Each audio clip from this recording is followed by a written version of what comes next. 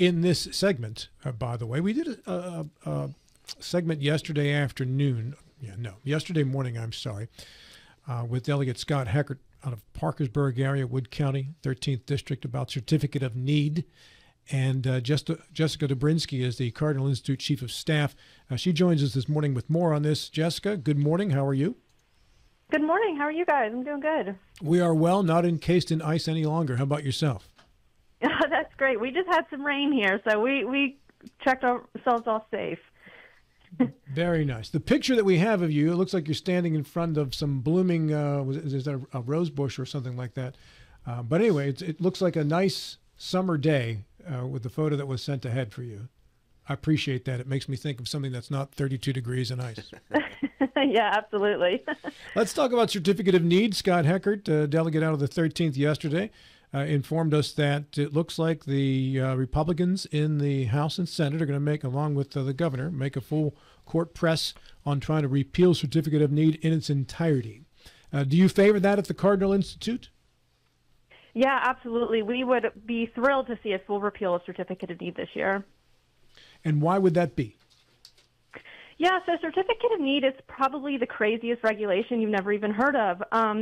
It started back in the 60s and was implemented kind of nationally in the 70s, and then, it was tied to a lot of federal funding from the government. But unfortunately, as states started to adopt it, they realized that the things that it was supposed to correct, which were cost, quality, and access, it was doing the opposite. So it was increasing costs, reducing the quality of care, and access was going down drastically as well. So, obviously in a rural state like West Virginia where our access is difficult, we want to ensure that people have access to these healthcare options, and Certificate of Need is just constantly proven to be a hindrance to doing that. Delegate Heckert yesterday was talking about rural areas, and he said Certificate of Need is designed for competition, and where you have competition, Certificate of Need repeal makes sense. But where you don't, and West Virginia being a mostly rural state, his case was, where there's not much competition because there's just not much, period, Certificate of Need could be a severe problem for healthcare facilities in very rural areas in West Virginia, of which West Virginia is mostly very rural areas. Do you not agree with that? Yeah, we don't agree with that, and unfortunately, it's kind of just a scare tactic that's often used in order to keep these laws in place. It's really much abused by existing providers who have the opportunity to actually complain and contest people who want to come into the state. In fact, when we've seen repeal in other states, we've seen that ambulatory surgical centers have actually increased in rural areas by 92 to 112%. So, again, everything that we've seen so far in Certificate of Need paints it that this law just has to be removed. Has it harmed the hospitals in the areas, the very rural areas where your studies have been tracking repeal of Certificate of Need? No, we haven't seen any mass closure of hospitals like a lot of people say. We've only seen more healthcare options for the people in these states. What states have you studied that are comparatively rural? Yeah, so Montana has been one that's, I guess, would probably be the most comparable. Florida has also repealed Certificate of Need laws. Obviously, they're not as rural as West Virginia is, but they're definitely rural areas. But Montana has been really a shining star in this front as well. I asked Delegate Heckert if he had any data on Montana or Wyoming, for instance. He said he did not, would get some for me, so I'm glad you brought up the state of Montana there. Mr. Gilstrap. Good morning. With Certificate of Need, as I understand it, we'll move away from hospitals. My first experience with Certificate of Need came when I lost my trash service because there's a Certificate of Need for the preferred trash provider here in Berkeley County. And what I heard was that with Certificate of Need comes a requirement for service. So by having a Certificate of Need, the protected trash company, for lack of a better term, protected, was required to take care of the one-off customer who is way up in the hills who otherwise would have been burning their trash in their backyard. Without the Certificate of Need, I was told, everybody would just cherry pick and nobody would take care of that one-off house on the back road. What are your thoughts? Yeah, again, like cherry picking is a common term that we hear to combat all of the data and the proof that we have that certificate of need doesn't work. You know, they transfer that same kind of language over to these rural areas.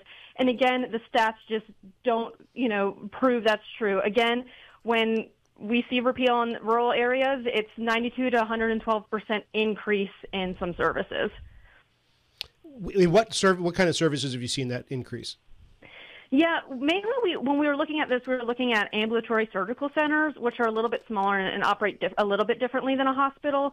But again, it's still offering care to those rural communities who currently don't have it. And what about in terms of technical advancement or innovation? Because the flip side of the argument in favor of the abolishment of certificates of need would be when you obliterate the monopoly, you encourage competition, and competition is good for innovation, and it kind of forces out mediocrity. Do you see that to be the case? Yeah, absolutely. And when you consider, how certificate of need works, you have existing providers who are kind of watching their playing field like a hawk and seeing who is applying and trying to expand services or even just come into the state. So this is another thing that's interesting about certificate of need is you not only need it to just determine if you're allowed to open shop, but also to expand if you already have shop open. And so obviously with that, when you have competitors who can put a competitor's veto on it and you have to pay all this money to prove it, a lot of smaller facilities too are under fire for this. And so it really stifles the opportunity for these people and these entrepreneurs to innovate and provide care that may be unique and serve populations that otherwise wouldn't have it. Mr. Harvey. Hey, good morning, Jessica. How are you? Good morning. How are you? I'm doing very well. Good to talk to you. It's been a while. Is a full repeal the only answer, or it can incremental repeal or reform of the current certificate of need accomplish the same goals of lowering costs for patients? Yeah, we advocate that full repeal is really the only answer. When you start to, siphon out all these different things, you're still going to have the problems of increased costs, limited access, and lower quality for those select, opportunity, those services and facilities. So we really want to see the entire healthcare landscape of West Virginia change. And really, in order to do that, the major first step is repealing certificate of need in its entirety. Is this in regards to any sort of or any specific decision that the board made? Insofar as our advocacy?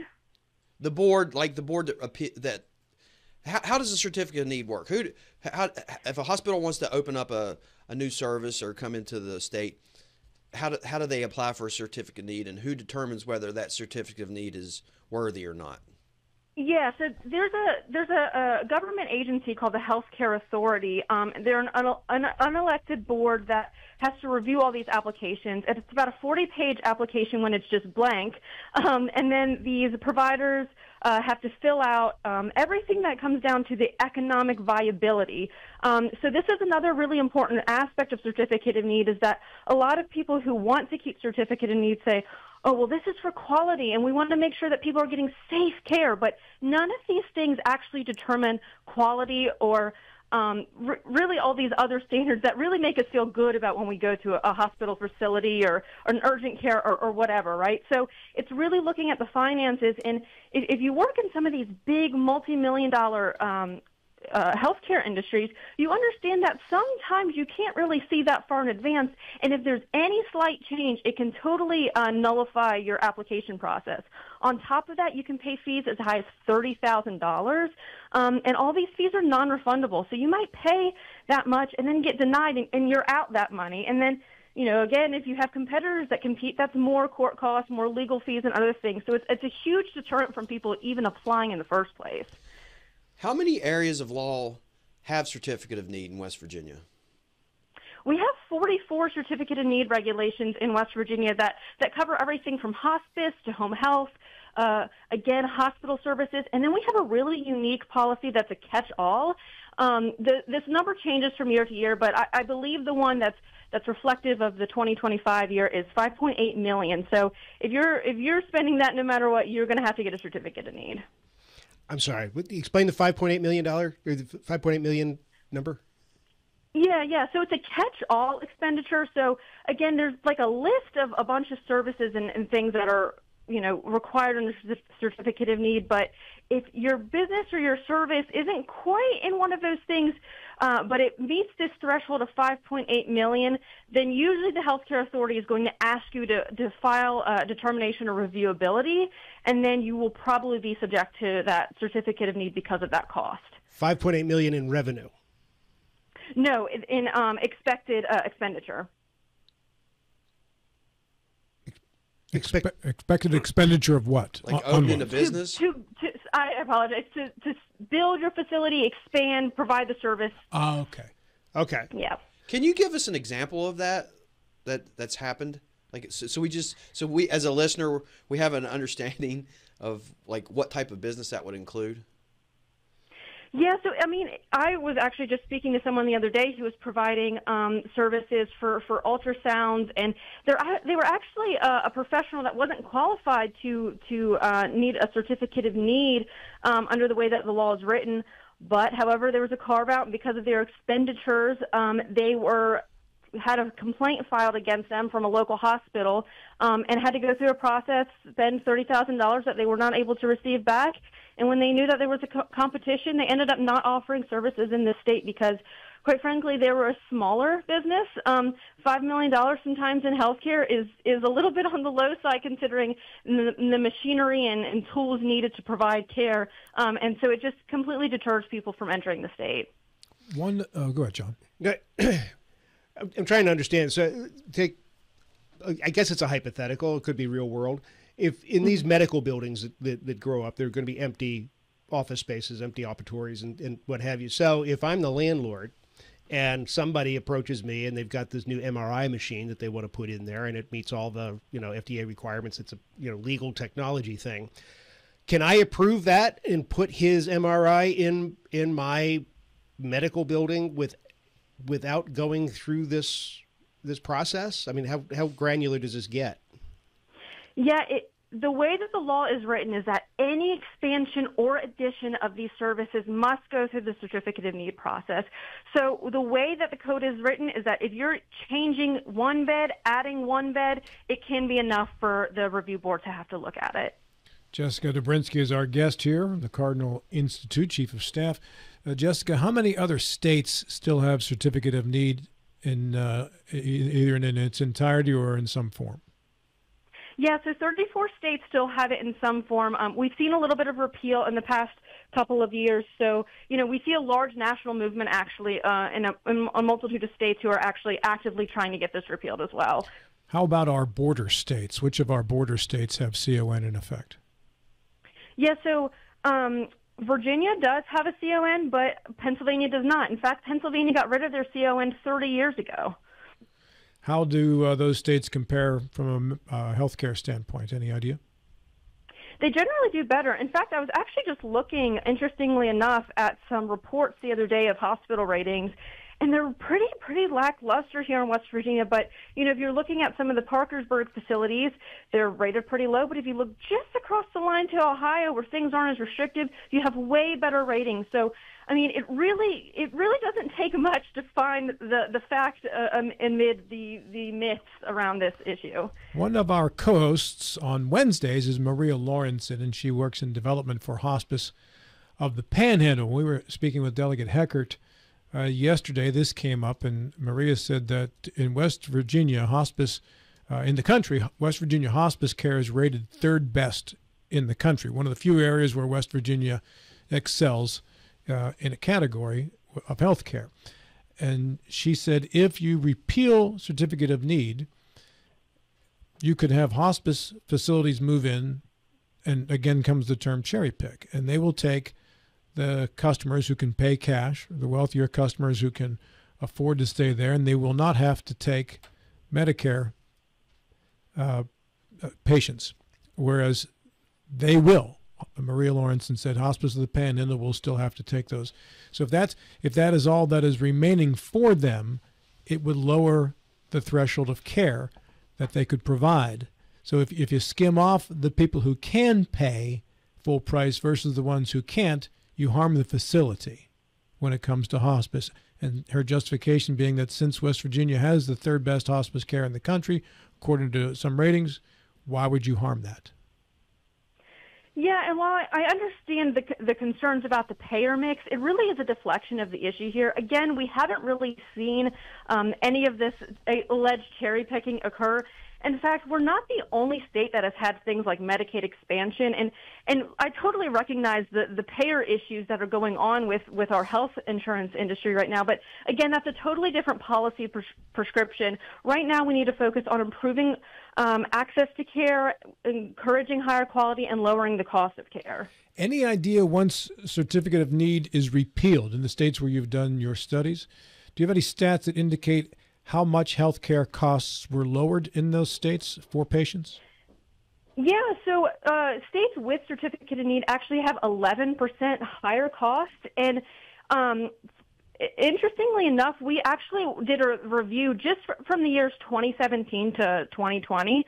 And I know this doesn't directly address your costs, but it should address the issue of the access, right? So $43.7 million in capital expenditures were withdrawn.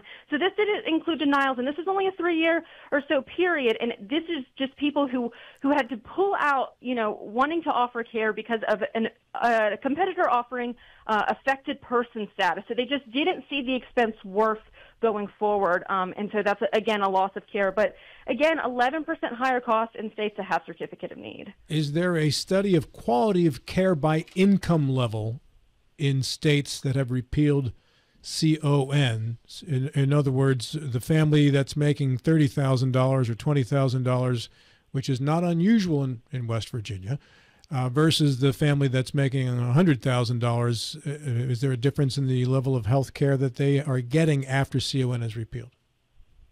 I don't believe there's a specific breakdown when it comes down to salary basis, but again, everything we've seen is that quality of care and access and cost only, those things only improve with the elimination of certificate of need.